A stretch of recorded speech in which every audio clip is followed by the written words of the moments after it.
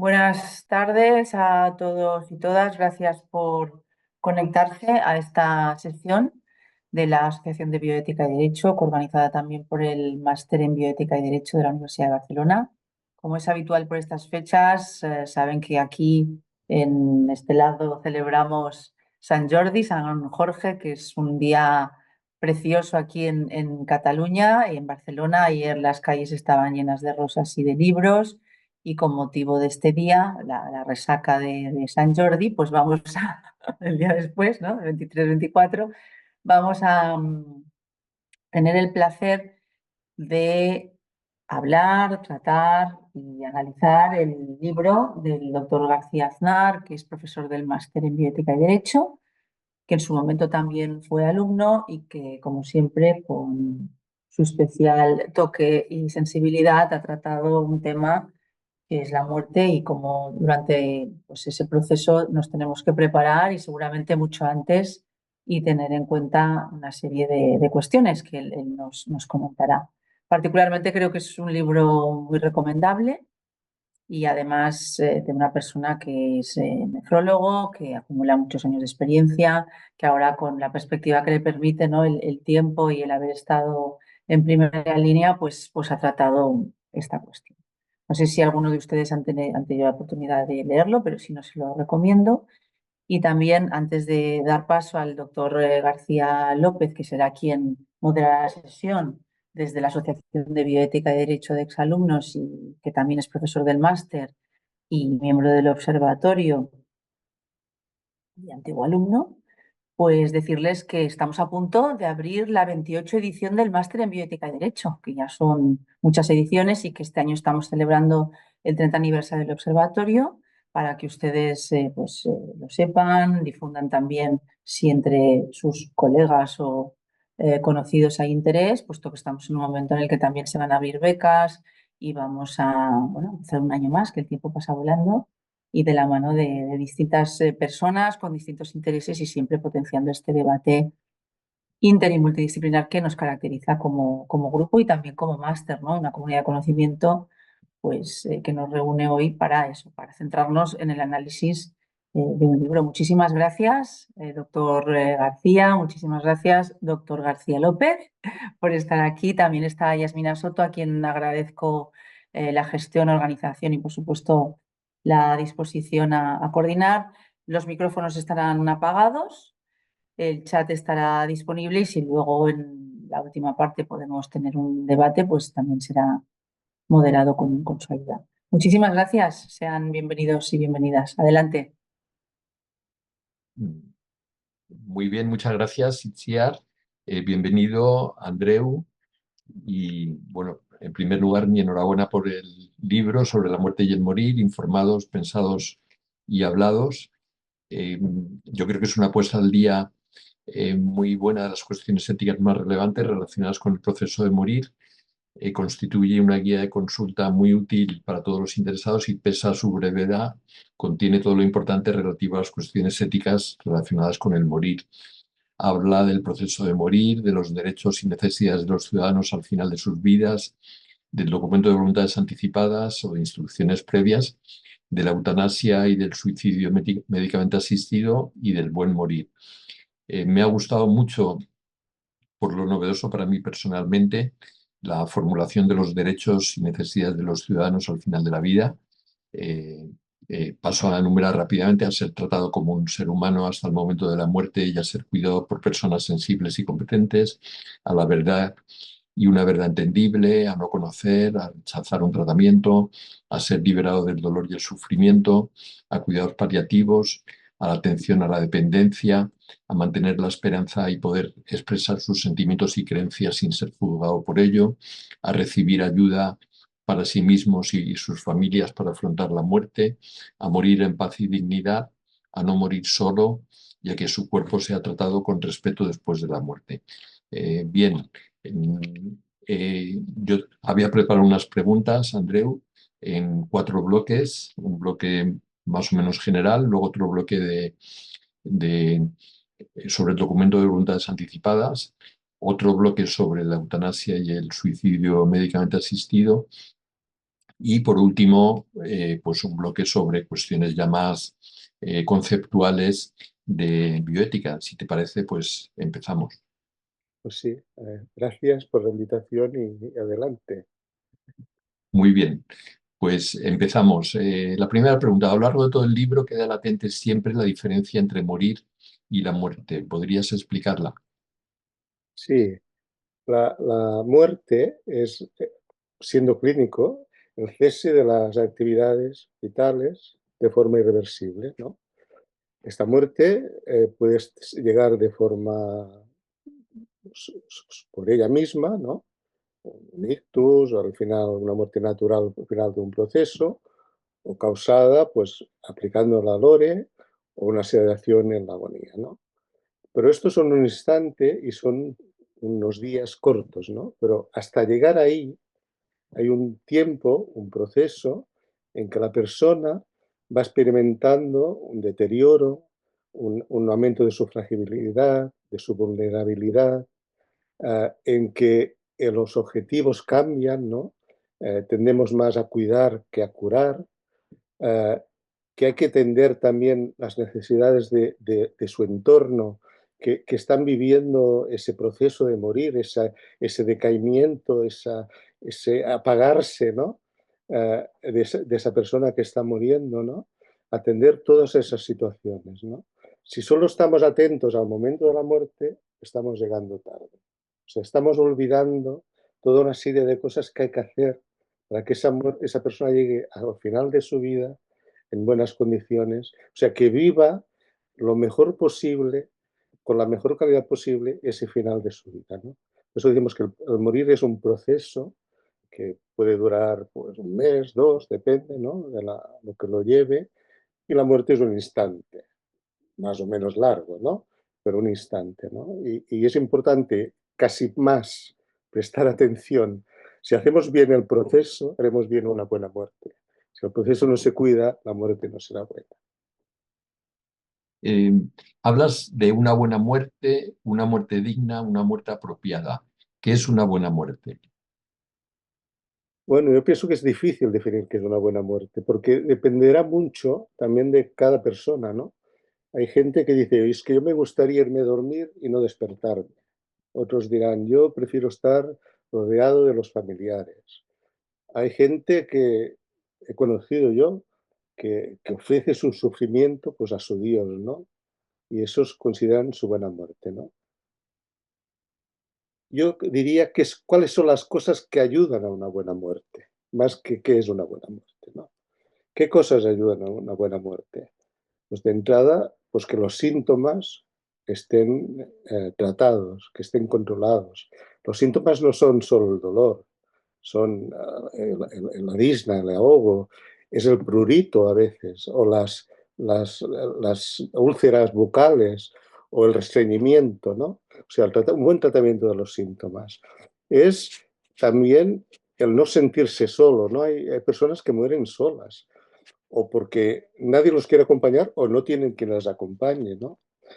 Es el sentirse que la vida para ellos ha tenido sentido, ¿no?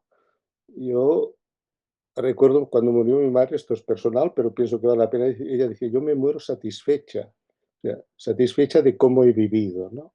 De lo que he hecho.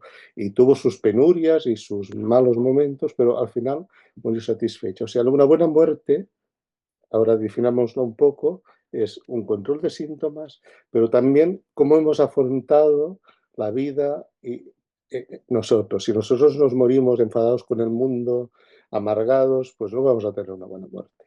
Si nos morimos agradecidos, satisfechos, tendremos una mejor muerte. Muy bien. Comentas en el libro que aparte de las muertes súbitas o por accidente, hay tres trayectorias en los pacientes con una enfermedad crónica progresiva e irresoluble que se encuentran en su último año de vida. La trayectoria asociada al cáncer, la trayectoria asociada a una enfermedad de órgano como una insuficiencia cardíaca o una insuficiencia respiratoria y la trayectoria asociada a la fragilidad o la demencia. Y hablas de la planificación de las decisiones anticipadas. ¿Podrías resumir por qué es necesaria y en qué consiste básicamente? Sí. Cada muerte es única, porque cada persona es única, ¿no? Pero se pueden hacer tres, aparte de las muertes violentas o súbitas, ¿no? Estos tres bloques que has dicho, ¿no? Yo esto lo ha tratado mucho en el hospital de Vic, en la Universidad de Vic, el doctor Amblas, el doctor Espaulella, ¿no? Y ellos hacen, aparte de otros grupos, estos tres grupos.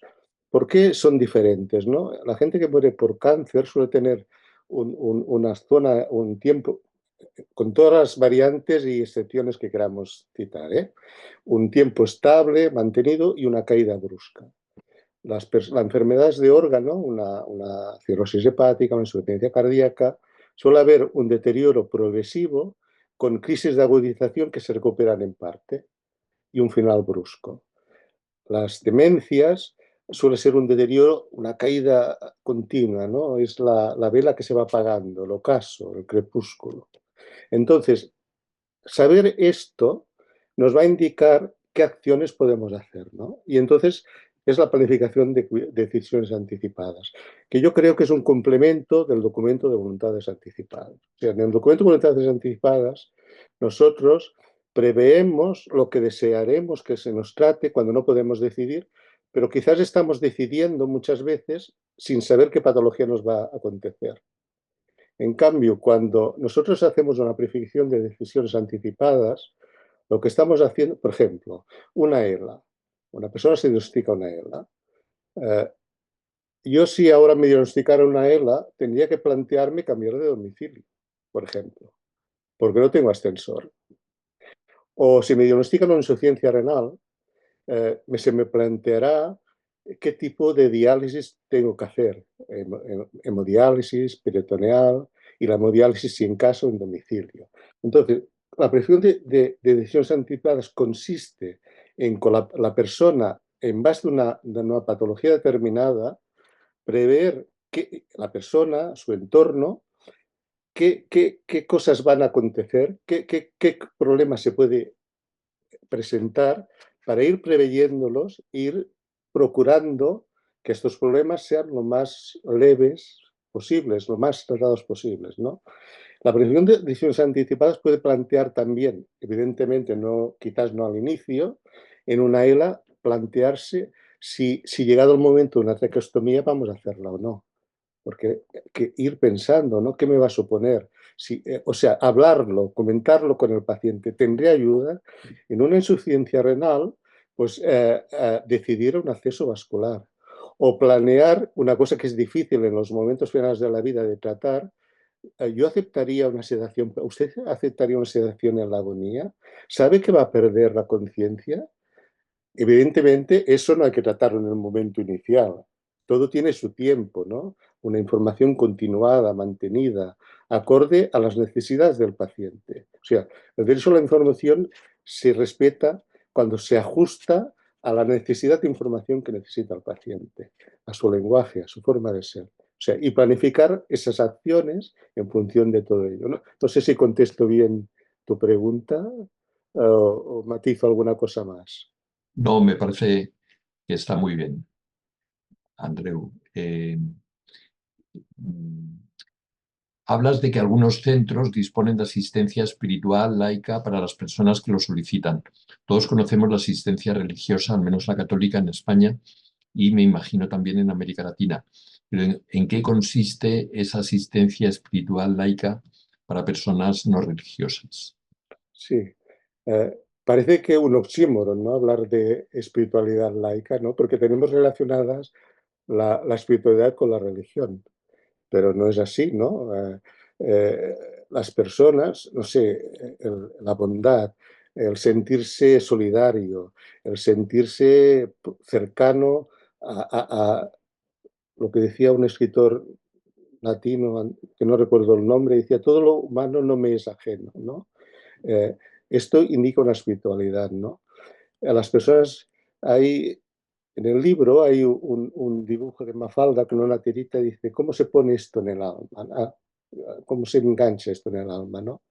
Hay una poeta argentina que tiene un poema que dice, cuando te duela el alma, te daré, te cogeré la mano. Si eso no es suficiente, te daré un abrazo. Si eso aún no es suficiente, te haré caricias. Y vas subiendo, y los dos últimos párrafos son, si no es suficiente, te haré el amor, y dice, y si todo eso aún no es suficiente, te daré la música.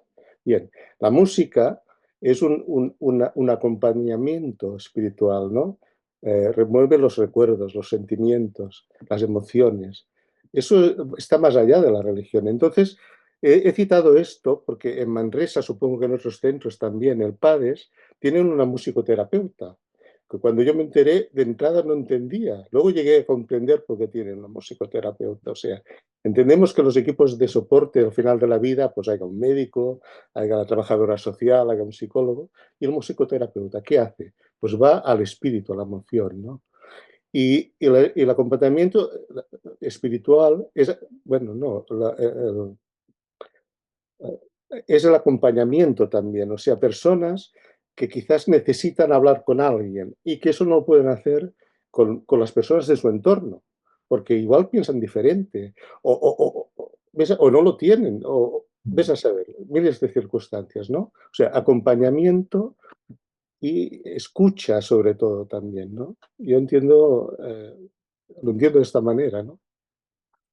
Bien. Mm, muy interesante, ¿no? Porque yo creo que hay que abrir nuevos espacios para este acompañamiento espiritual. Pues yo particularmente, que no soy religioso, pues sí creo que sí me gustaría en el proceso de morir, pues estar apoyado por esto, ¿no?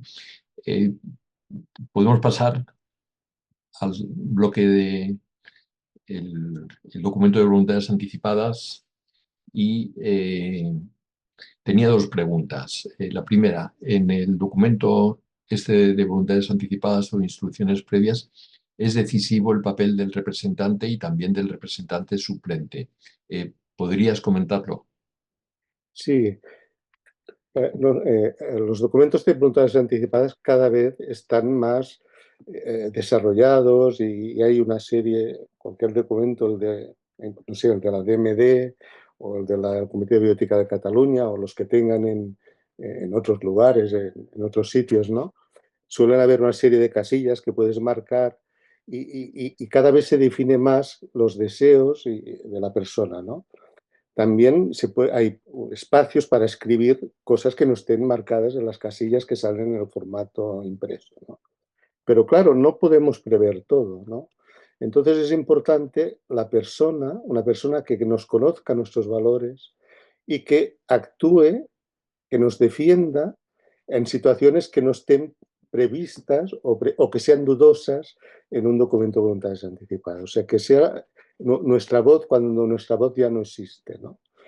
Y eso es importante porque esta persona puede ser cualquier persona, o sea, no necesariamente tiene que ser un familiar, puede ser cualquier persona, porque a veces las familias no piensan igual que nosotros, o sea, en una familia uno puede estar de acuerdo con la eutanasia y su pareja, sus hijos no, o etcétera, ¿no? Entonces, es importante que haya un representante y el suplente por si este representante fallece antes que nosotros, ¿no? Yo creo que es una persona relevante, sí. Puede tramitar, también iniciar el trámite de la petición de la ayuda para morir, el representante, si esto consta en un documento de voluntades anticipadas. Sí. Muy bien. Ahora te quería formular una pregunta un tanto peliaguda y que me ronda la cabeza desde hace un tiempo. La ejecución de la eutanasia o del suicidio asistido, cuando una persona lo ha manifestado previamente en el documento de voluntades anticipadas o para el caso en el que pierda la capacidad para tomar una decisión, plantea muchas más dificultades que, por ejemplo, la instrucción de rechazar el tratamiento, ¿no? ¿Cuál sería el procedimiento para respetar la voluntad del paciente si ha establecido este deseo de la eutanasia o del suicidio asistido? ¿En qué momento se podría aplicar? Y si sabes si ya ha habido casos en España o en otros países en donde esté legalizado. Sí. Claro, rechazar un tratamiento es menos angustioso, por decirlo de alguna manera, para que tiene que aplicarlo, que no instaurar un procedimiento que va a conllevar la muerte de esa persona, ¿no? Pero se puede hacer, ¿no? Entonces, en las peticiones de eutanasia, la gente que lo solicita por motu propio, con capacidad de obrar, hay poco más de un 60% van con un documento de voluntades anticipadas que también piden que se respete esa voluntad, ¿no? Pero en aquellos casos en que la persona ya no tiene capacidad para decidir, si consta en el documento de voluntades anticipadas, el que inicia el procedimiento es el representante. Este representante se tiene que poner en contacto cuando él considera que esa persona ha llegado a la situación que ya no desearía continuar viviendo, pues tenía que buscar el médico responsable para iniciar los trámites, ¿no? El médico responsable básicamente es el médico de cabecera, el médico de primaria, que es esto ocurre en la mayoría de peticiones de eutanasia por todos los motivos, ¿eh? ¿Por qué? Porque es el que conoce al paciente, el que sigue al paciente y el que está allí, ¿no? El que está no sentado en la cabecera, pero muy cercano al paciente, ¿no? Y sí que se ha aplicado en España, ¿no? Desde junio del 21 a finales del 23, que es lo que hay datos, o sea, los últimos datos sobre la eutanasia en España se publicó por el Ministerio de Sanidad en noviembre de 2024. Entonces, desde entonces se ha aplicado, se ha solicitado en 39 casos el inicio de los trámites de la eutanasia, ¿no? De la prestación de la eutanasia. Y entonces, en,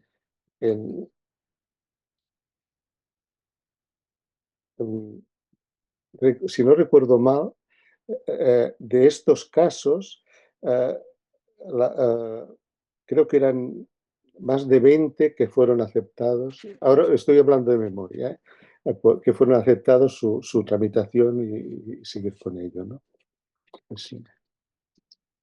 O sea que ya ha habido Ha habido casos, sí, de bastantes que se ha casos. aceptado que el representante iniciara el trámite, Sí. no solo que se iniciara, sino que fuera aprobado, sí, por los diferentes pasos, ¿no? El médico responsable, el médico consultor y la Comisión de Garantías y Evaluación.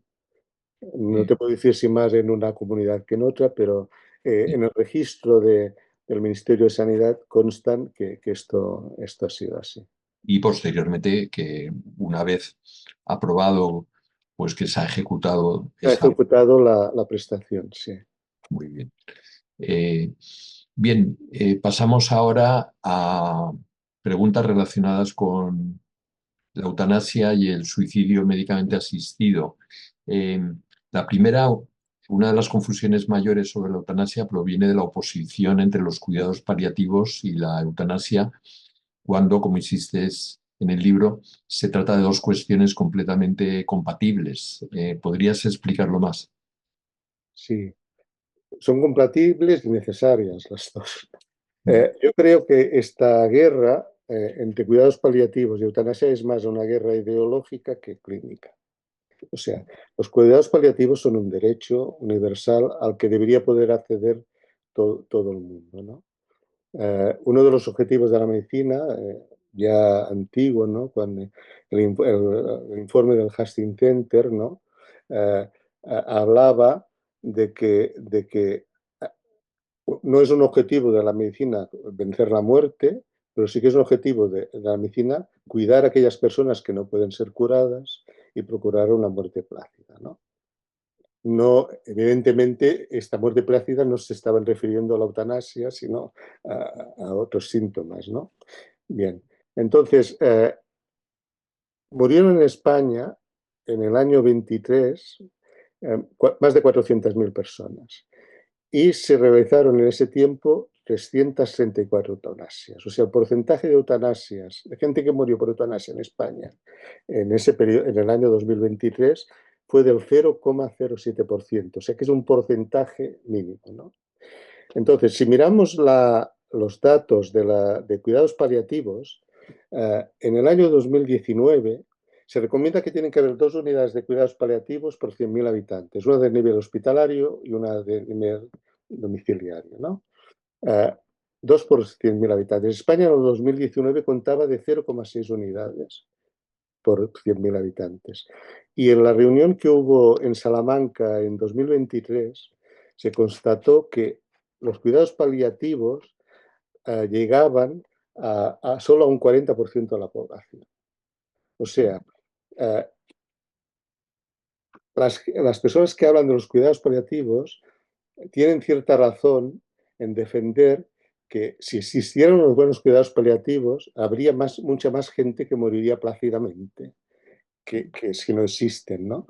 Pero lo que no se puede deducir de ello es que no hay ya nadie que, a pesar de tener unos buenos cuidados paliativos, no desee la eutanasia. O sea, los cuidados paliativos pueden ser una antesala de la eutanasia en algunos casos. O sea, personas con enfermedades degenerativas, neurológicas o oncológicas, puede ser que durante un tiempo sigan cuidados paliativos, se pueden acceder a ellos, pero que llegue un momento en que pues eso no sea suficiente y deseen morir, ¿no? O sea, no es incompatible. Habrían de ser unidos y evidentemente habría que potenciar los cuidados paliativos, pero no en contra de la eutanasia, sino a favor de un buen morir, de gente que no los tiene. Sí.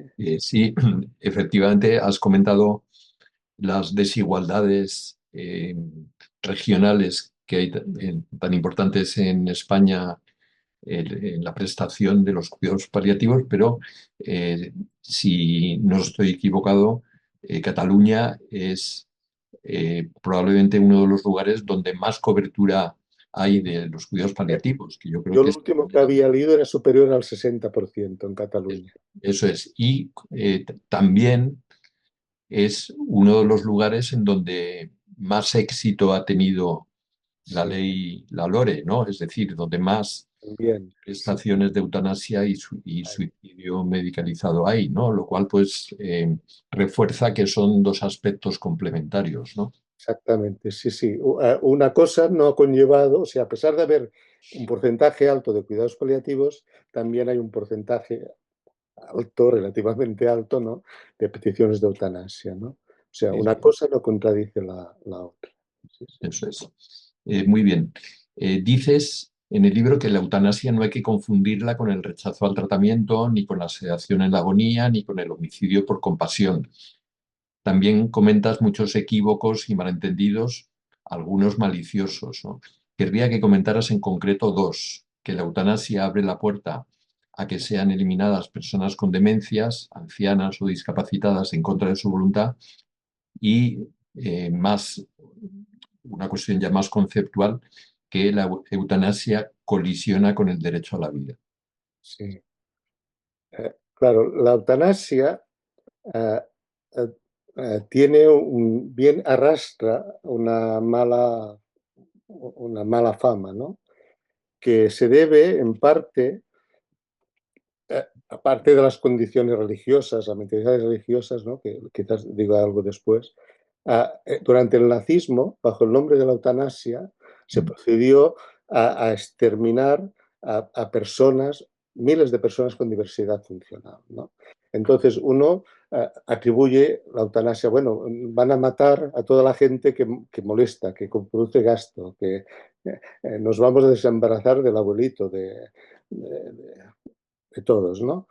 Eh, También yo creo, aparte, ¿no?, ha habido leyes que no tienen que ver con la eutanasia, pero leyes que se han implantado en la sociedad, como las leyes de eugenesia, ¿no?, que llevaron a la esterilización de personas contra su voluntad, ¿no?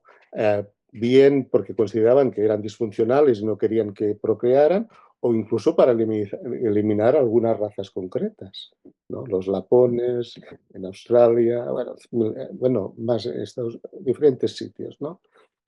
O sea, hay este trasfondo, ¿no? Eh, Luego hay las funciones religiosas, el no matarás, ¿no? El no matarás está en el Antiguo Testamento. pero hemos matado desde siempre.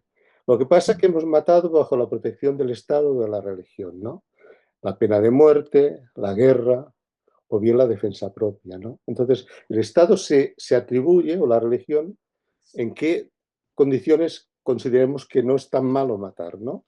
Pero ¿qué pasa cuando este no matarás es el que decide la persona no sobre no matar a otro, sino sobre sí mismo, ¿no?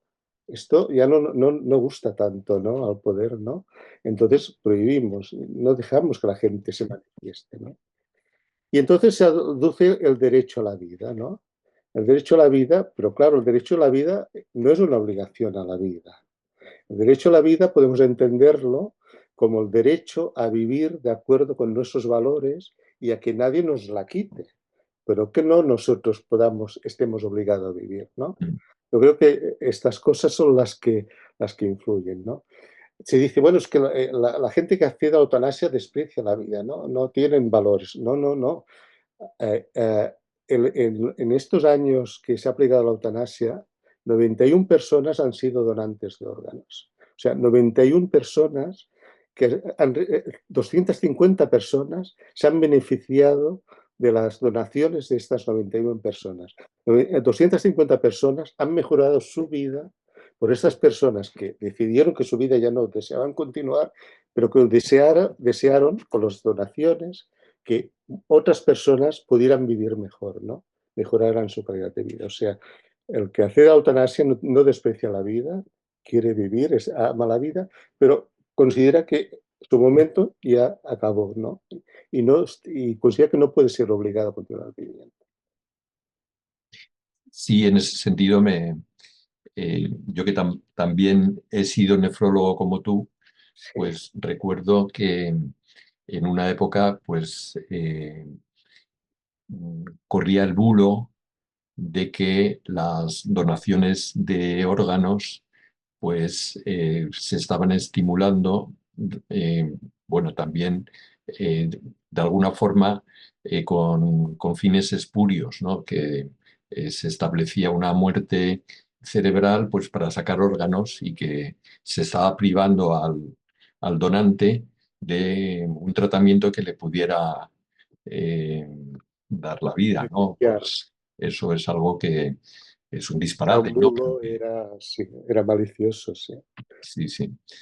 Eh, muy bien.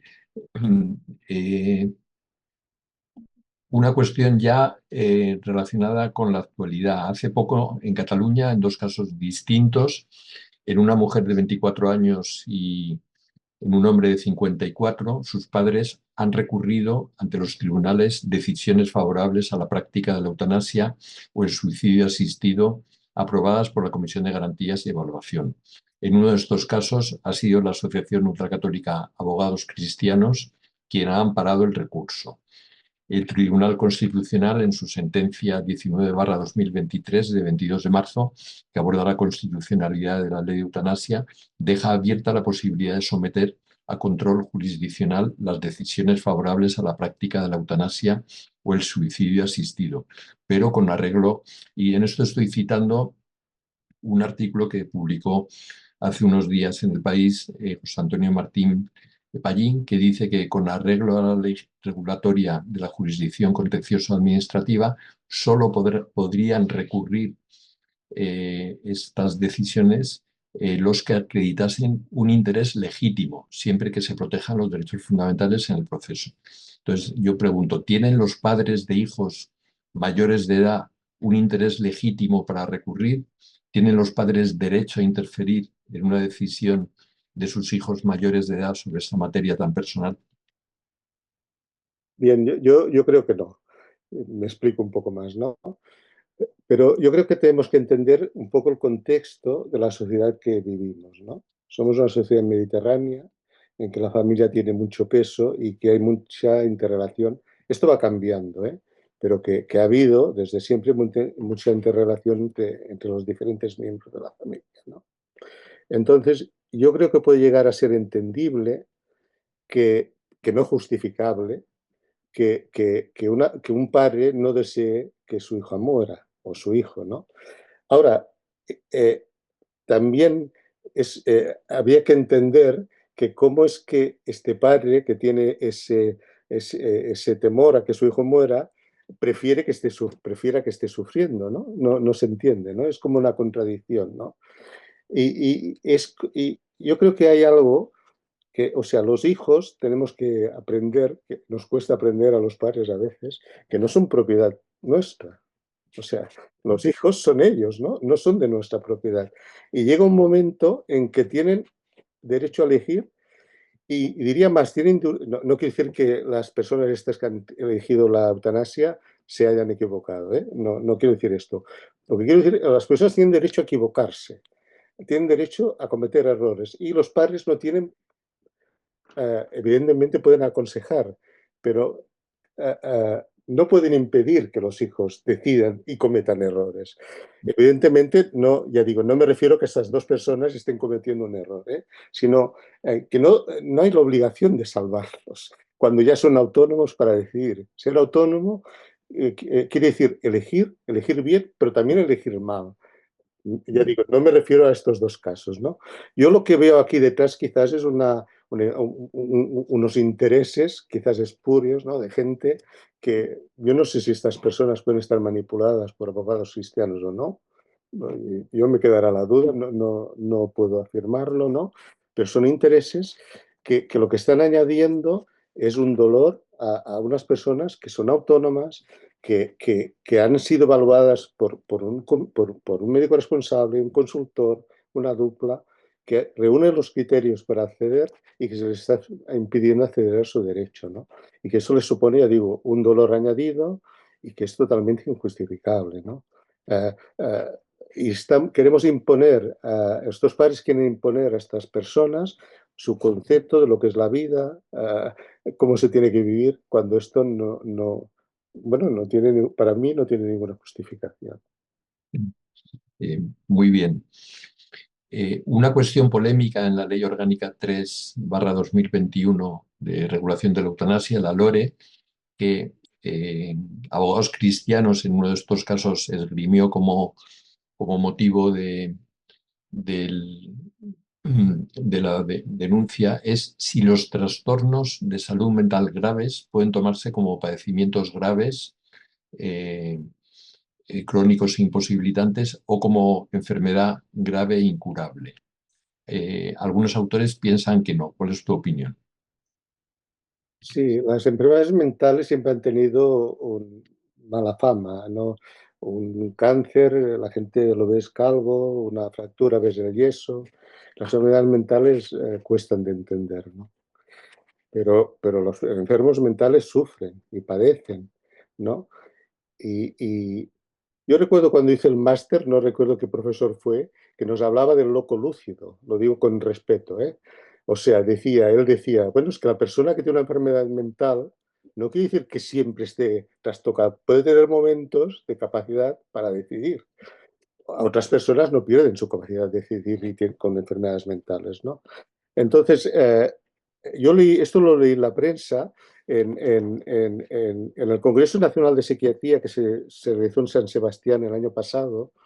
José Antonio Seoane, que es de Galicia, y la presidenta de la comisión no, la presidenta de la Sociedad de Psiquiatría Legal, que se llama, ahora no recuerdo el nombre, ellos plantearon este problema y defendían que las enfermedades mentales tenían que ser tratadas con igualdad a las enfermedades físicas y que se había de contemplar su derecho a acceder a la eutanasia o el suicidio médicamente asistido. Y entonces, eh, creo que lo leí también en ese mismo artículo, hablaba de que en Cataluña habían habido 6, no tengo los datos, quizás es un error, pero lo ponía allí, lo comentaron, que de Cataluña en 6 casos que se habían presentado fueron aceptados 3 y que en Euskadi se habían presentado 3 casos y no fue aceptado ninguno. Yo creo que se tienen que contemplar las enfermedades mentales. El psiquiatra tiene capacidad para evaluar si su paciente tiene capacidad para decidir o no. Pensar lo contrario sería decir que son unos inútiles, no vamos a decir esto. Es como si tú o yo no supiéramos diagnosticar una insuficiencia renal, sería igualmente absurdo, ¿no? O sea, el psiquiatra tiene que valorarlo, puede valorarlo, tiene capacidad para ello y es un camino que hay que avanzar, ¿no? Y es un camino también que las diferentes comisiones de garantías, las diferentes comunidades tendrán que ir acercando posturas para que no haya diferencias de unas comunidades a otras. No sé, criterios, hay que aunar criterios. Sí, sí. Muy bien. Eh, Después de más de 4 años tras la puesta en marcha de la LORE en España, ¿cuál es tu opinión sobre sus puntos fuertes y sus puntos débiles? ¿Qué modificaciones propondrías? Bueno, yo esto hablo un poco así con no excesivo conocimiento, ¿no? O sea, es una opinión, ¿no? Y de cosas, de lo que pienso sobre la ley, personales y Bueno, de pero citas en el vivido. libro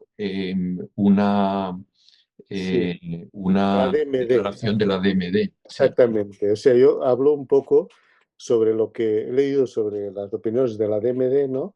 Y también sobre el último informe del Ministerio de Sanidad, que también habla de algunas cosas que habría que mejorar, ¿no?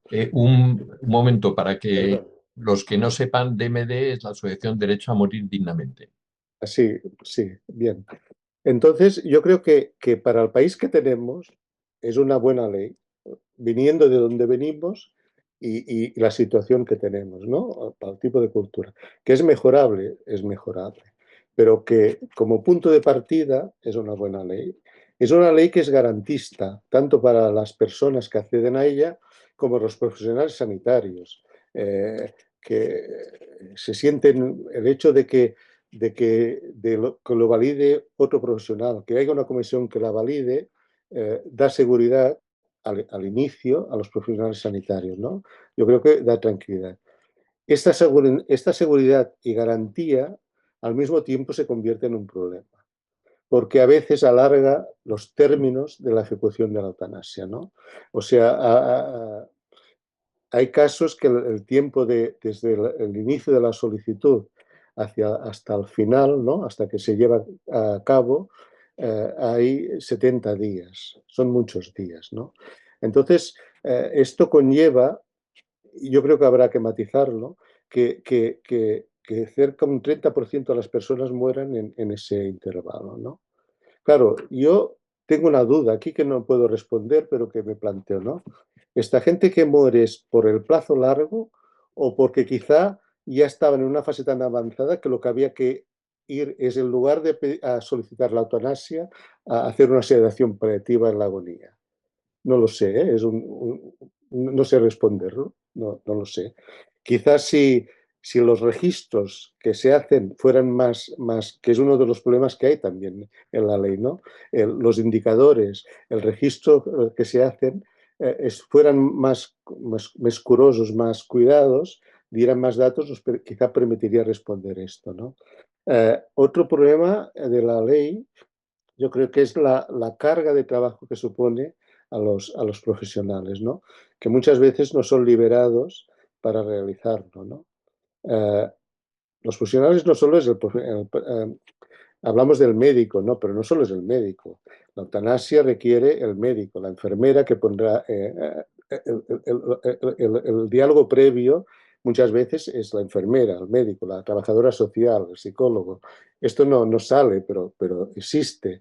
Y cuando se realiza la eutanasia, pues suele haber la enfermera que pone la vía, el médico que pone la medicación, ¿no? O sea, es más complejo que lo que puede deducirse de la ley, ¿no?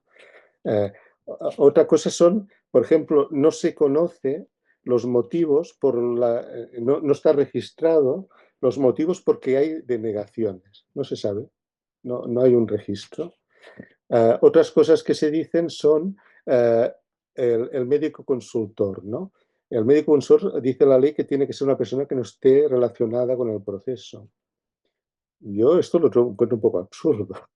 ¿Quién conoce mejor al paciente que la persona que lo trata? ¿Eso supone que va a ser, que va a falsear su informe? Es pensar muy mal de los profesionales sanitarios, ¿no? Eh, eh, o sea, Otras veces tampoco sabemos bien, solo se registran los casos que el médico responsable ha hecho el informe, pero los casos que se pierden hasta llegar al informe, esos 15 días, casos que no continúan, ¿por qué no continúan? No lo sabemos, ¿no? O sea, yo creo que hay una serie o sea, por la aplicación es la sobrecarga de trabajo, básicamente. Los objetores, los criptoobjetores, ¿no? Los que sin haberse declarado retardan el proceso, ¿no? Que también hay. Y luego, pues, una serie de indicadores que sean comunes a las comunidades, que contrasten más los datos y una línea, que hubiera una línea que igualara las actuaciones en todo el territorio, ¿no? Que no haya desventajas de una comunidad a otra. Pero ya digo, esto lo digo un poco por el informe, por lo que dice la DMD, pero tampoco, no por un conocimiento directo del proceso. Bueno, en cuanto al registro, informar que en los Países Bajos hay un equipo de epidemiólogos que tienen eh, la función de hacer informes anuales de todos los casos, de todo el proceso de eutanasia que hay ahí en ese país, en donde se registra todo y realmente es un trabajo exhaustivo y nosotros podíamos aprender mucho de ellos, ¿no? Exactamente, sí, sí. Sí. Bien, ya por último, antes de dar paso a las preguntas de- del auditorio, tenía dos preguntas ya más conceptuales. La primera en relación con la autonomía, ¿no? La autonomía, pues yo siempre estoy dándole vueltas al principio de autonomía. En el glosario defines la autonomía como la facultad de las personas para decidir, de acuerdo con sus creencias y sus valores personales, sobre las cuestiones que les afectan. Bien, el principio de autonomía es un pilar fundamental de la bioética, pero su interpretación puede ser distinta según quien lo defienda o a qué escuela filosófica pertenezca. Por ejemplo, para Immanuel Kant, ser autónomo es ser racional, es decir, seguir principios que cumplen algunos requisitos conceptuales como la universalidad. Para John Stuart Mill, es importante la diversidad y los experimentos en las formas de vida y lo que es correcto para unos no necesariamente es lo correcto para otros. Por último, para Isaiah Berlin, eh, llevó esta concepción de la libertad y el pluralismo ético de Mill más allá y concibe la autonomía como la libertad, no como la decisión racional de Kant. Tenemos, por tanto, dos concepciones distintas, la autonomía entendida como el ejercicio de la razón frente a la autonomía entendida como el ejercicio de la libertad. La autonomía muchas veces se concibe como la libertad negativa que formuló Berlín, que no interfieran en tu vida y te dejen en paz. El lema no me pises. Mientras que para un autor al que tengo yo mucho aprecio, Bruce Jennings, para él la autonomía debería parecerse más al concepto de libertad positiva, también formulada por Berlín, del que recelaba por asociarlo con el totalitarismo. En palabras de Jennings, la autonomía debe ser relacional, pues los seres humanos somos animales sociales y relacionales que tenemos deberes morales, además de derechos, que nos relacionamos con los demás mediante la solidaridad, la asistencia mutua y el cuidado.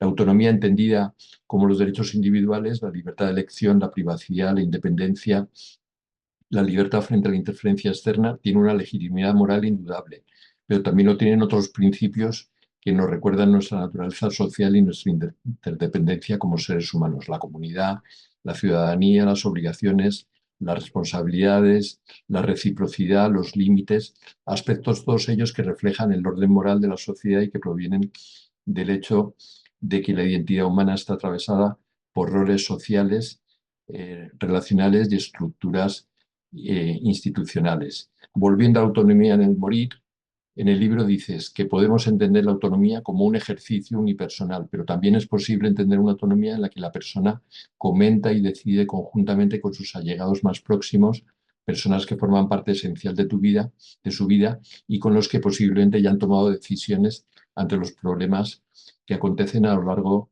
de una vida en común. En ese sentido, las personas que deben tomar decisiones con respecto a su proceso de morir necesitan para ello muchos recursos que la sociedad tiene que prestarles. Estar bien informadas, disponer del mayor apoyo posible de su familia y de sus allegados, así como de los servicios sanitarios y de los servicios sociales y de apoyo a la dependencia, en el sentido de lo que yo decía de la libertad positiva. Sin eso su autonomía estaría muy limitada. ¿Podrías comentar esto que digo? Intentaré porque es un programa filosófico. Yo, una vez le preguntaron a Catherine Herburn, le preguntan, ¿qué tal está usted? Y ella dijo, pues bien, sin entrar en detalles. Pues yo creo que la autonomía es un poco lo mismo, ¿no? ¿Qué tal de autonomía estamos? Bien, sin entrar en detalles, ¿no? O sea, eh, todos llevamos encima, ¿no?, una carga de las cosas que nos han pasado, ¿no? Y que evidentemente nos llevan a actuar de una manera o de otra, que van marcando pues lo que hacemos, ¿no? Eh, la libertad, hablabas de la autonomía positiva, negativa, podemos decir también la libertad positiva, ¿no?, para hacer lo que deseamos, la libertad negativa, que nos lo impidan. Y también yo querría hablar de lo que se llama la libertad republicana. Begoña Román, leí un texto que ella hablaba, decía, en la película Lo que el viento se llevó, Mami, que es la criada negra, puede hacerlo todo, es prácticamente de la familia, dice, pero no puede obviar que es esclava y que es negra, en un país que le está limitando sus derechos, ¿no? Entonces, la libertad republicana, ella la entiende también como una libertad negativa, que dice que ante un poder fuera hay que establecer unas normas que impidan que ese poder influya en las personas, ¿no? Y que esto lo puede hacer el Estado, creando leyes que impidan que nadie interfiera, obligue a las personas a actuar contra su voluntad, ¿no? Entonces, yo creo que en ese sentido, pues somos autónomos, ¿no? En la medida de lo que somos posibles, ¿no? Eh, Estamos limitados pues, por la enfermedad, por los recursos sociales. Juan Carlos Unzué, que tiene una ELA, él decía, mi enfermedad es una enfermedad clasista. Y dice, pues yo tengo recursos, el que no tiene recursos se muere de asco. O sea, tiene la misma autonomía Juan Carlos Unzué que un pobre señor que cobra una pensión de 800 euros. ¿Tiene la misma libertad para decidir? Posiblemente no, ¿no? O sea, o sea, tenemos que mejorar la autonomía mejorando el entorno, o sea, facilitando que no haya factores externos que limiten la autonomía de las personas, ¿no? Pero luego también hay que huir de la autonomía como una persona sola. Yo con mi mujer decidí muchas cosas y quizá el día que yo esté muriéndome, por edad me toca más que a ella y por sexo también me toca morirme antes que ella, posiblemente comente con ella, igual que he comentado otros problemas, pues qué hacer, cómo despedirnos. ¿Esto es perder autonomía? No, es compartir la autonomía. Mi autonomía se comparte con la de ella y espero que la de ella se comparta conmigo. Pero no como obligación, sino como deseo estamos viviendo juntos, convivimos juntos, decidimos juntos, ¿no? Entonces, hay que potenciar esto. Y para ello, yo creo que una cosa básica es la información, ¿eh? No hemos hablado de información, pero yo insisto bastante en la información del libro, ¿no?, en el primer tramo, ¿no?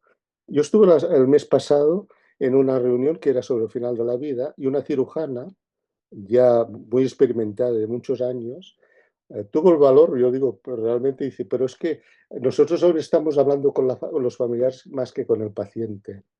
Entonces, hubo algunos directivos que se escandalizaron. Digo, ojalá os hubierais escandalizado antes y hubierais favorecido que esta persona que se ha puesto aquí en evidencia, porque tenía las dudas, que sabía en su inconsciente que no lo estaba haciendo bien, para que supiera dar las malas noticias, que tuviera los medios para hablar con los pacientes, el espacio, el tiempo, la formación para hacerlo, ¿no? Yo creo que las personas para decidir tienen que estar bien informadas. Y si no, serán autónomos, evidentemente, aquello, autónomos sin entrar en detalles. Pero si queremos ser verdaderamente autónomos, la información de lo que nos atañe, de lo que podemos hacer, es básica para poder ser autónomos y libres, ¿no? Eh, Muchas gracias, Andreu. Y ya la última, eh, en tu libro concedes una importancia primordial a la dignidad humana. El glosario la defines como un valor intrínseco que tiene todo ser humano por el mero hecho de serlo. Es inalienable y no depende de ninguna característica ni condición y comporta el derecho de todas las personas a ser respetadas, a ser tratadas justamente y a no ser utilizadas. El concepto de dignidad figura en la Declaración Universal de los Derechos Humanos de la Organización de Naciones Unidas y en la Declaración Universal sobre Bioética y Derechos Humanos de la UNESCO. Sin embargo, no deja de ser un concepto atrápalo todo, como libertad o democracia, que puede servir para un roto y un descosido, para sostener posturas completamente contradictorias. Como bien dices, la propia Iglesia esgrime el concepto de dignidad para atacar el derecho a la prestación para la ayuda a morir. ¿Podrías ampliar esta cuestión? Sí. Yo, cuando murió Ramón Sampedro, me dediqué a comprar varios medios de la prensa, ¿no? Entonces encontré eh, que se utilizaba el concepto de dignidad tanto para defender como para atacar el derecho de Ramón Sampedro a morir, ¿no? Evidentemente no entendían lo mismo unos que otros, ¿no? Yo creo que yo no sé bien lo que es la dignidad, no sé, pero creo que la base de ella es el respeto a la diferencia. O sea, al que no piensa como yo y no intentar imponer lo que yo considero bueno a los otros. O sea, eh, es un valor intrínseco, pero que tiene valor, o sea, solo se lleva a cabo si ese valor es respetado por el otro, ¿no? En el sentido de que puedo hacer mi vida, puedo vivir según mis valores, evidentemente si esto no causa daño a los demás, ¿no? Sin que nadie pueda, un poco ligado con la autonomía quizá también, ¿no? Que nadie pueda imponer sus valores sobre mí, o sea, respétenme que yo viva mi vida de acuerdo como yo deseo vivirla, ¿no? Mientras yo no cause daño a los otros, ¿no? Y claro, siempre pensamos que lo que nosotros creemos es lo mejor, que nuestra verdad es la verdad. Y no, nuestra verdad es nuestra verdad, pero no es la verdad, ¿no? Y yo definiría, definiría la dignidad también como el derecho a la intimidad. O sea, íntimo. O sea, la sociedad, cuando nos relacionamos con la sociedad, yo por ejemplo me he cambiado de ropa para estar aquí, porque iba con una samarreta que he estado en el patio y estaba sucia, me puedo pensar, no puedes salir así, ¿no? En cambio en casa estoy así. Si saliera a la calle o fuera a una reunión social, me vestiría quizás más formal, ¿no? Somos como una capa de cebollas, ¿no? La vida social, la privada y la íntima, ¿no? La íntima es lo más nuestro, ¿no? La dignidad es lo que respeta esa parte más íntima de nosotros. Esto sale de lo que de la filosofía, pero yo lo veo así, no sé. Muy bien, muchas gracias, Andreu, por tus respuestas a estas preguntas. Y bueno, yo creo que podemos tener 10 minutos para un coloquio con todas las preguntas que surjan. Eh, Bien, preferiblemente que se formulen las preguntas de viva voz y los que no puedan, pues que las escriban en el chat. Bien, abrimos un turno. Eh, María, adelante. Yo no quería hacer una pregunta, sino una felicitación y un agradecimiento. Un agradecimiento a haber escrito un libro tan útil y tan claro y también por estar aquí hoy con nosotros, como es natural, ¿no? Es una satisfacción para mí enorme el que justamente en el día del libro hayas sido tú la persona que esté con nosotros. Son muchos años en que llevas ocupándote de estos temas y bien se nota por la calidad con que tratas las cuestiones más espinosas. Así que muchas gracias, Andreu. Gracias, María. Contento de volver a verte, aunque sea online. Claro que sí, siempre. Eh, bueno, gracias, María. Tenemos un comentario de Esther Sarasúa o Sarasua. Buenas tardes a todos, les escribo desde Argentina En Argentina la eutanasia activa está prohibida, solo está permitida la eutanasia pasiva, es decir, la posibilidad de rechazar tratamientos médicos, como se trata en España, cuando el enfermo es un menor de edad que rechaza la eutanasia pasiva, pero sus padres la piden. No, es una pregunta. ¿Cómo se trata en España cuando el enfermo es un menor de edad que rechaza la eutanasia pasiva, pero sus padres la piden? O cuando los padres, por motivos religiosos, rechazan la eutanasia pasiva para su hijo menor de edad y el hijo la pide. Creo que ahí hay una confusión de términos, Sí, porque eutanasia activa y eutanasia no. pasiva, que Yo son creo- términos ya muy un antiguos, poco antiguo. ¿podrías aclarar eso un poco? Sí, yo creo que de eutanasia eso se puede hablar de eutanasia a la eutanasia activa. Los términos de eutanasia pasiva, directa, indirecta, todo esto habría que rechazarlo, ¿no? Entonces, la eutanasia es la petición expresa para provocar, realizar los actos para provocar la muerte. Entonces tenemos el rechazo al tratamiento, ¿no? El rechazo al tratamiento es la persona con capacidad puede rechazar ese tratamiento. Entonces, ¿quién puede rechazarlo? Pues una persona mayor de edad o un menor maduro que tenga capacidad para rechazarlo. Y yo creo que esto habría que respetarlo. Igual que habría que plantearse, como algunos países ya tienen, la eutanasia en algunas edades menores de 18 años. No digo los niños, pero quizás 16 años. Yo tengo dudas al respecto, ¿no? Y la otra es cuando el tratamiento ya no tiene sentido. O sea, la adecuación del esfuerzo terapéutico. O sea, no es limitar el esfuerzo, sino retirar aquellos términos que son futiles. Tanto el rechazo al tratamiento como retirar un tratamiento que es fútil, quizás rechazar el tratamiento puede conllevar a la muerte y cuando se rechaza un tratamiento fútil es quizá porque ya no sirve de nada el esfuerzo que estamos realizando, ¿no? Yo creo que si el niño no decide continuar, hay que continuar siempre y cuando ese tratamiento no sea fútil, porque entonces yo creo que los profesionales sanitarios tenemos la obligación de retirar. O sea, no hay que hacer tratamientos a demanda, si estos tratamientos no se traducen en el beneficio de la persona a la que se está aplicando. No sé si contesto bien. Tenemos dos palabras, dos manos pedidas. Primero, Alicia Resano. Sí. A ver, ahora. Bueno, agradecerte la exposición porque la verdad ha habido muchas cosas que se me han aclarado, pero todavía una se me ha quedado en dificultad, ¿no? Yo creía que la LORE solamente hablaba de la ejecución de la eutanasia y habláis que ejecución de la eutanasia o suicidio asistido parece que es lo mismo. Yo no tenía entendido que fuera lo mismo y tenía entendido que en la LORE del suicidio asistido no se hablaba. Y creía que también en la LORE en la figura de enfermería no aparece apenas, ¿no? Porque has dicho que la enfermera pone la vía y el médico pone la medicación. Esto habría que darle una vuelta en el sentido de que yo he trabajado como enfermera, yo he trabajado con anestesistas y todos los medicamentos que ponía, los ponía yo, ¿eh? Entonces, en ese sentido, quiero que me aclares cómo funciona o cómo debe de funcionar. Sí. Gracias. Sí, la diferencia entre la eutanasia y el suicidio médicamente asistido es todo es igual hasta el momento de aplicarlo.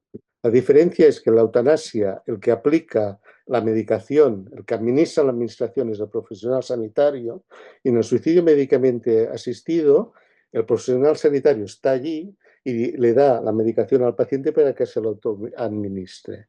Pero todo el proceso anterior es el mismo. Lo de la vía, eh, eh, yo no digo que no haya profesionales médicos que sepan poner vías, evidentemente. Fernando y yo poníamos vías centrales, los anestesistas ponen miles de vías, pero muchos médicos no saben poner una vía. O pincharán 1000 veces antes de encontrar una vía útil, porque no estamos habituados a hacerlo. Entonces, la enfermera es una clave importante para estar allí, ¿no? Para poner la vía. Entonces, en estos casos, el médico, por lo que yo sé, no digo que algún caso haya sido la enfermera el que administra la medicación, pero el que administra la medicación es el médico, y si lo administra la enfermera, el médico estaría a su lado mirando cómo la administra. O sea que a efectos prácticos sería lo mismo, para decirlo de alguna manera. Lo que no puede hacer no es la enfermera, sino el profesional médico allí. Hombre, ya, eso está claro. No, o Eso, sea que eso se me queda muy el claro. hecho de administrarlo, pues bueno, Bueno, yo pero creo, la si el enfermera paciente se tiene su siente más papel. cómodo con la enfermera, yo no encuentro mal que sea la enfermera el que inyecte si el médico está ahí al lado, por ejemplo, ¿no? Sí, pero todavía no me habéis contestado a la primera pregunta, porque la LORE habla de suicidio asistido o Sí, no. sí, habla de suicidio médicamente asistido, sí. O sea, lo que sí es lo que dice. La O sea, diferencia ya la entiendo, o sea, eso sí, pues sí. habla de las dos cosas. O sea, cuando solicitas la prestación para ayuda a morir, cuando llega el momento, el paciente puede decir, yo quiero que me lo administren o me lo quiero administrar yo. De acuerdo. Sí, sí. Tenemos la mano levantada de Joan Manuel del Pozo. Hola, muchas gracias y Hola. felicidades por la sesión. Es de máximo interés y solo como profesor emérito de filosofía quisiera complementar lo muy básico y decisivo que es el concepto de autonomía. Efectivamente, podríamos decir casi, si me permitís la expresión, sagrado, laicamente sagrado en filosofía y en ética. Y ahí yo diría lo siguiente. Es verdad que hay una autonomía o libertad negativa, una autonomía o libertad positiva, y que en el proyecto vital de cada uno de nosotros es deseable proponernos actuar según el concepto más alto y positivo, libertad positiva, autonomía positiva. Sin embargo, cuando tratamos de lo que tratamos, que es de una situación límite y extrema en la existencia, lo que hay que garantizar es la básica, que es la negativa, que es que nadie interfiera. Sería deseable que en la decisión hubiera el mayor grado de positividad. ¿m? Pero, como se ha dicho muy bien, por razones de contexto o de formación de la persona o de situación mental, etcétera, etcétera, esa libertad o autonomía positiva queda un poco como, si me permitís la comparación un poco antipática, como el programa máximo de los partidos en política. La libertad positiva es el programa máximo de vida ética. Pero cuidado, lo que pasa en la política es que hay que ir a los programas posibles y aplicables en cada circunstancia histórica concreta. Y aquí diría lo mismo, es decir, que la autonomía que hay que postular en el en momentos finales o cuasi finales de la vida es la autonomía básica o mínima, que nadie interfiera en mi decisión, aunque mi decisión fuera analizada por Kant imperfecta racionalmente. Pero es que vivimos en la imperfección y cada cual con la suya. Muchísimas Muy gracias. bien.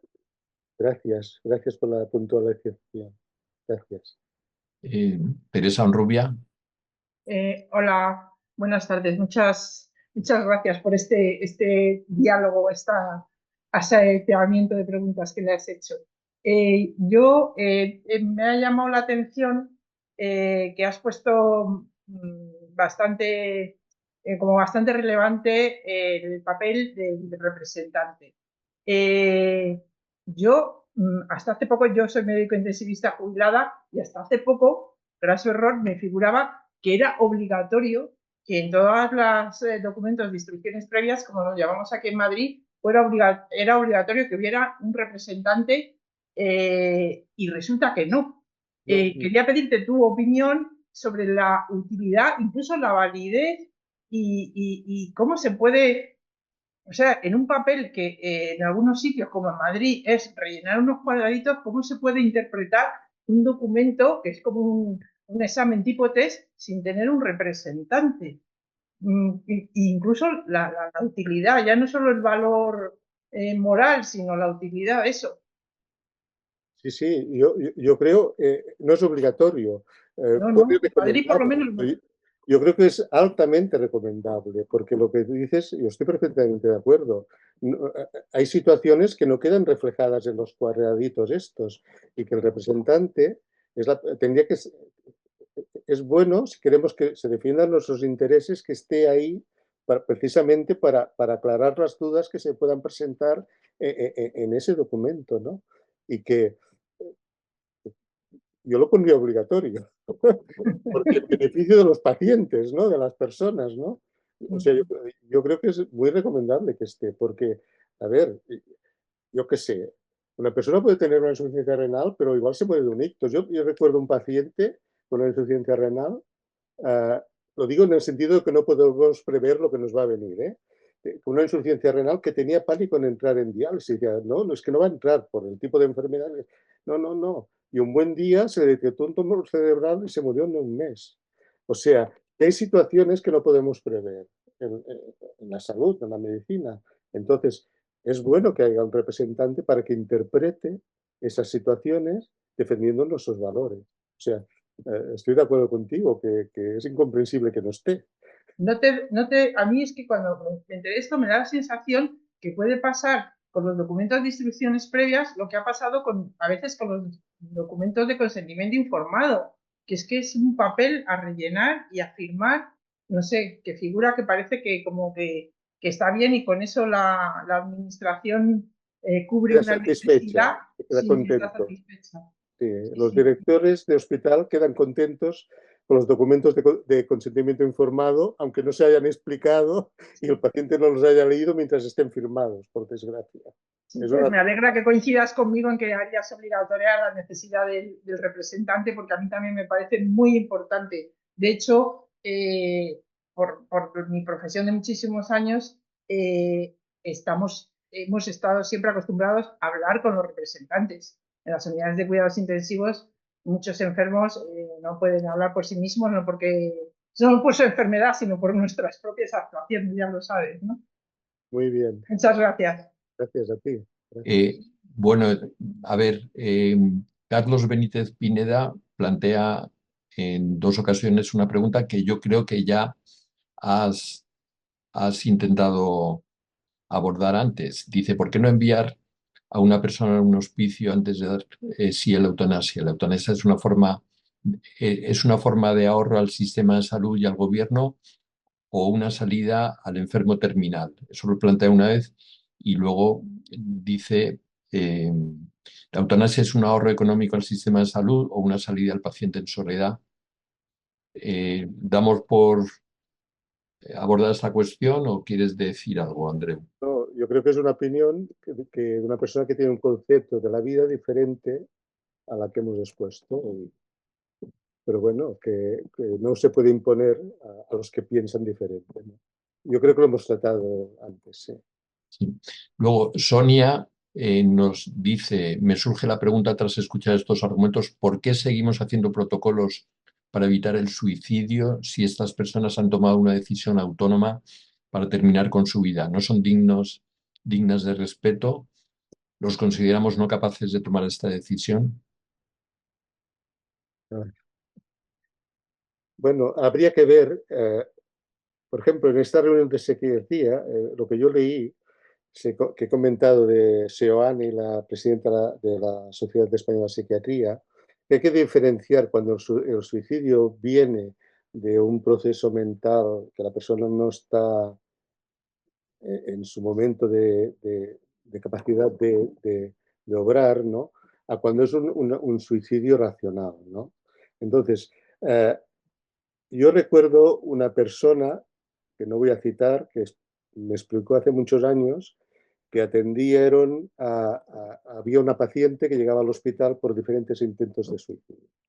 Entonces esta persona, no sé en qué número de intentos, explicó, decir, tenemos que atender a esta persona, a salvarla ahora cuando está manifestando su deseo de morir, ¿no? Depende, yo creo que depende, esto es un tema más de psiquiatría y no lo domino, pero yo creo que depende mucho, cuando una persona racional manifiesta su deseo de morir, claro, puede ser que ahora no entre en los supuestos de la ley del contexto eutanásico, ¿no? Por ejemplo, el cansancio de vida no entra en el contexto eutanásico. Esa persona, si quiere morir, tendrá que acceder al suicidio, ¿no? ¿Tenemos que salvarlo o no tenemos que salvarlo cuando llegue al hospital, ¿no? Claro, si no, si estamos obligados a actuar, sobre todo si no sabemos cuál era su intención, ¿no? En Yo ese, se- no sé responder.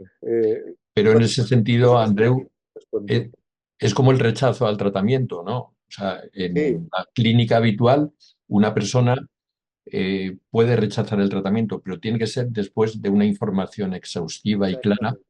Sí, que le facilite la decisión, porque si esa decisión la toma en base a una información falsa, pues sí. no va a ser una decisión Libre y realmente autónoma. libre y autónoma, ¿no? Bien. Bien. Mm, Dionisio Velázquez pide, que nos escribe desde México, nos pide bibliografía para poder comparar los avances de este tema en España y yo me remitiría a la bibliografía que pones en el libro, al final. Ya Yasmina nos ha puesto un documento eh, del Observatorio sobre la Eutanasia y Retos del Futuro que está muy bien, pero también tú haces un esfuerzo muy exhaustivo por poner muchas referencias bibliográficas en el libro, ¿no? Sí. Y luego, pues hay dos manos pedidas. Si vamos a cerrar el turno porque se nos está yendo el tiempo, pero voy a dar paso a las palabras que ya están levantadas. Conchi, que pone 691469. Adelante.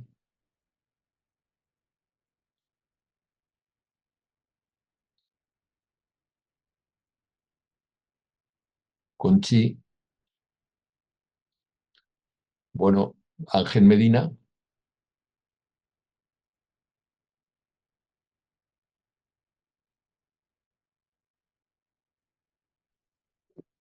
Hola, buenos días, Buenos buenas días. tardes. Ya estoy en México, la diferencia de horario. De Sí, verdad que reconozco la gran exposición de Andreu. Felicidades. Estoy muy interesado en leer su libro. Espero pronto tener acceso acá a comprarlo. Bien, Andreu, quisiera yo ver cómo manejan en España o si se maneja allá una situación que se vive en México. Yo estoy relacionado con las voluntades anticipadas en México. Aquí tenemos en el área de voluntades anticipadas que los médicos, a pesar de que jurídicamente está legalizada la voluntad anticipada, tenemos la objeción de conciencia, un concepto que manejan los médicos para negarse a aceptar la decisión del paciente. ¿Cómo se maneja con ustedes en España? Bien. Gracias. Yo creo que aquí se respeta bastante los deseos manifestados en un documento de voluntades anticipadas. Eh, o que se respeta, incluso si el paciente lo expresa, está consciente que, no sé, por poner un ejemplo, yo soy nefrólogo, hay pacientes que rechazan entrar en diálisis y esto se respeta, se continúan cuidando hasta su fallecimiento, ¿no? O incluso un porcentaje de pacientes, yo no recuerdo los últimos datos, porque hace ya un tiempo que no ejerzo, que estando en diálisis la abandonan, piden abandonar la diálisis y van a morir, porque necesitan la diálisis para continuar viviendo. Y esto se respeta, ¿no? O sea, Okay. ahora que haya zonas o profesionales que intenten influir en cambiar la opinión de sus pacientes, seguro que los hay. Pero yo creo que en general, y en Cataluña especialmente, con algunos matices puntuales, quizá, se respeta bastante esto, ¿no? No es un problema. No suele ser un problema. Sí. bien, ya para acabar, una, Gracias. Gracias. una pregunta en el chat de David Fernández Ortiz.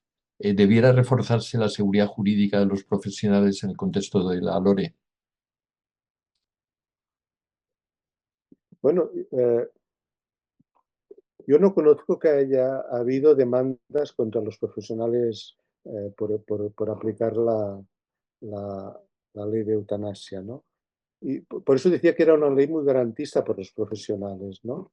Porque a diferencia de otros países en que la validación de que la eutanasia ha sido correcta es post realizada la práctica, en España la validación es antes y después. O sea, y el antes son el médico responsable, el médico consultor y la comisión de garantías que nombra un médico y un jurista, ¿no?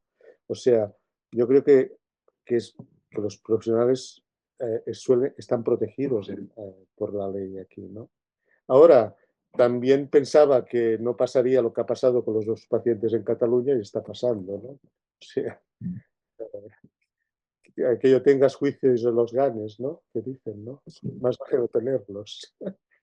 Sí. Muy bien. Bueno, pues muchas gracias, Andreu, por tu presencia, por tus palabras, que han sido muy, muy clarificadoras. Y bueno, animo a todo el mundo que no lo haya leído a leerlo, que ya digo que es un libro muy breve, muy condensado, pero que lo explica todo muy bien y que también es un buen libro de una buena guía, libro de consulta, porque son temas que hay que volver a consultar pues a medida que van surgiendo los problemas.